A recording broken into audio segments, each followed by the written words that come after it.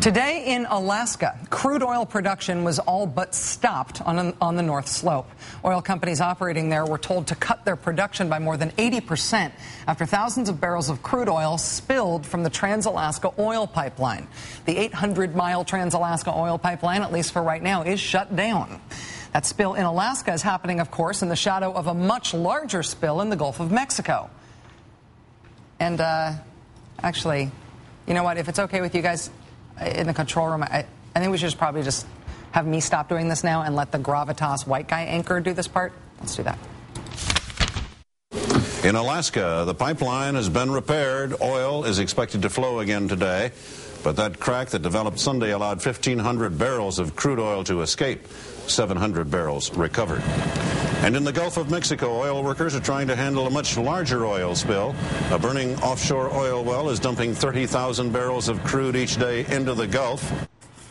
So, yeah, that was from 1979, June 13th, 1979.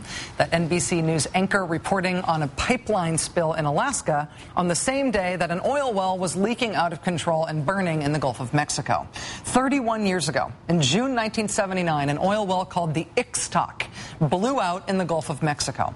It started spewing thousands of barrels of crude oil into the Gulf every day. And it's not just the disaster itself that should sound familiar to you, it's also the techniques that they were using at the time to try to contain the spill. Airplanes are to be used to drop chemicals on the oil, but there is a shortage of aviation fuel down there. And workers are also putting up a mile-long boom. They're putting it into place. They're trying to contain the oil slick in the Gulf of Mexico. Chemical dispersants being spread across the Gulf by plane, mile-long booms being set up to contain the oil slick on the surface. If you close your eyes and you just listen to these news reports from 1979, you would be forgiven for thinking that you had flipped on the news today. The Ixtoc rig erupted in the middle of the night in 1979 in June as it was drilling for oil in the Gulf of Mexico. The drilling was being done by a company called Sedco. Sedco later became known as Transocean, the operator of the rig that blew up this year in the Gulf of Mexico. The reason the Ixtoc explosion turned into a massive uncontrolled leak 30 years ago is because the well's blowout preventer malfunctioned. Sound familiar? The blowout preventer failed to stop the Ixtoc leak, and what followed was an environmental disaster the likes of which the country had never seen before. Floating barriers are still being stretched across the waterway near South Padre Island to keep approaching oil from spoiling this popular sport fishing area, which is also vital to shrimp fishing and endangered wildlife. Oil skimming vessels are also being put into service to catch any patches of oil which may get through. About 5 miles offshore, another team of private oil containment workers is prepared to intercept drifting oil before it gets to land. The Coast Guard has already said it will be impossible to get it all, and they're particularly concerned about oil moving underwater. Plumes of oil moving underwater. Oil containment teams, skimming vessels. Again, these are not badly colorized reports from the BP oil disaster in the Gulf right now. This is reporting from deja vu land, from essentially the same disaster in the Gulf of Mexico, but in 1979. The only thing missing back then was worries that the loop current would carry the oil out of the Gulf of Mexico all the way to the coast of Florida. Oh, wait. There is now a distinct possibility that oil spilling from that runaway Mexican well could spread as far as the Gulf Coast of Florida. That from an official of the EPA. The Ixtoc disaster in 1979 in the Gulf of Mexico went on for weeks. Then weeks turned into months. The reason it went on for so long is because even though oil companies were allowed to drill offshore like that, it turns out they didn't know how to stop a leak when disaster struck. Nothing they tried worked. In the Gulf of Mexico, rain and heavy seas are hampering efforts to cap a Mexican oil well it has been spilling since June 3rd, the worst spill in history. Workers are trying to put a giant cone over the well. Despite inclement weather, they may try again today. Trying to put a giant cone over the well. In 2010, this giant cone strategy is what we were sort of euphemistically calling the top hat. I wonder if they had a euphemistic name for it back in 1979. Mexican officials are calling it Operation Sombrero.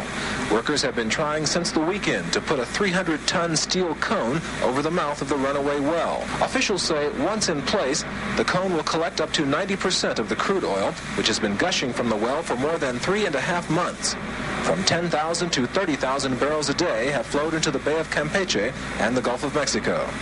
As with BP's Top Hat, the Ixtoc spills, Operation Sombrero ultimately failed to stop the leak.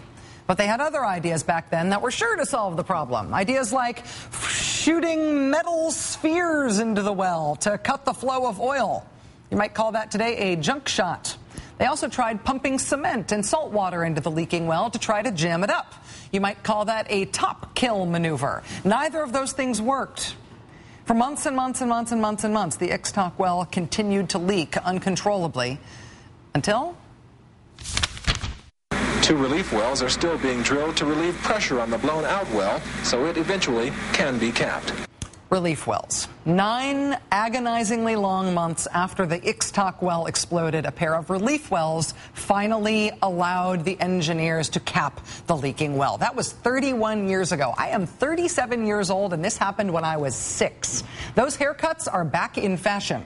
And the stuff that did not work back then is the same stuff that hasn't worked now. Same busted blowout preventer, same ineffective booms, same underwater plumes, same toxic dispersant, same failed containment domes, same junk shot, same top kill. It's all the same technology. The Ixtoc well, which couldn't be plugged for 9 months, was in roughly 200 feet of water. Now in 2010, we're using the same exact techniques to try to plug a well that is leaking in 5,000 feet of water. Now look, maybe this top kill maneuver will work. We obviously hope and pray that it does. Praying does seem wiser than hoping at this point.